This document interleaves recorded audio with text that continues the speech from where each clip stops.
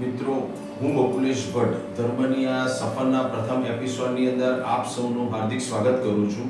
ધર્મની આ સફરની અંદર આપણે વાત કરીશું દેવોના દેવ અધિપતિ મહાદેવ વિશે, જે સૃષ્ટિના રચયિતા છે અને કૈલાસપતિ પણ કહેવાય છે. તો કૈલાસપતિ વિશે વાત કરીએ તો પ્રથમ તો વાત કરીએ તો જ્યોતિર્લિંગ. જ્યોતિર્લિંગ એટલે જ્યોતિ સ્વરૂપે લિંગમાં બિરાજેલા છે એવા મહાદેવ. તો એ 12 જ્યોતિર્લિંગ હિન્દુસ્તાનની અંદર કયા કયા છે અને ક્યાં આગળ આવેલા છે? તો પ્રથમ જ્યોતિર્લિંગની અંદર જો વાત કરું તો સોમનાથ એ સૌરાષ્ટ્રની અંદર ગુજરાતમાં આવેલા છે. નાગેશ્વર એ દ્વારિકાની અંદર ગુજરાતમાં આવેલા છે. ત્યાર પછી મહાકાલેશ્વર એ ઉજ્જૈનની અંદર મધ્યપ્રદેશમાં બિરાજેલા છે.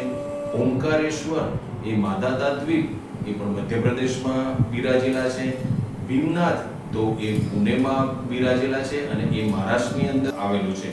ત્ર્યંબકેશ્વર એ નાસિકની અંદર મહારાષ્ટ્રમાં બિરાજેલા છે. ધ્રુમશેશ્વર એ પણ મહારાષ્ટ્રની અંદર બિરાજેલા છે અને એ જગ્યા છે વેરુલ એ અજંતા ઇલોરાની ગુફાઓથી ઘણી નજીક જગ્યા છે, ત્યાં આગળ બિરાજ્યા છે. ત્યાર પછી આવે છે શ્રી રામેશ્વરમ. તો રામેશ્વરમ એ રામેશ્વર તમિલનાડુમાં બિરાજેલા છે. ત્યાર પછી આપણા એક મહાદેવ છે કે જે મલ્લિકાર્જુન, અને જે બધા જાણે છે એવા મલ્લિકાર્જુન એ શ્રીશૈલમ આંધ્રપ્રદેશમાં બિરાજેલા છે. ત્યાર પછી આપણા છે કાશી વિશ્વનાથ. તો કાશી વિશ્વનાથ એ વારાણસી ઉત્તર પ્રદેશમાં બિરાજેલા છે. પછી છે વૈદ્યનાથ. તો વૈદ્યનાથ એ ઝારખંડમાં દેવધર છે ત્યાં આગળ બિરાજેલા છે. અને કેદારનાથ. તો કેદારનાથ એ રુદ્રપ્રયાગમાં દેવભૂમિ ઉત્તરાખંડમાં રુદ્રપ્રયાગમાં બિરાજેલા છે. તો આ આપણા 12 જ્યોતિર્લિંગ છે. મિત્રો, મારા આવતા એપિસોડની અંદર પ્રથમ જ્યોતિર્લિંગ વિશે, એના ઇતિહાસ વિશે વાત કરીશું.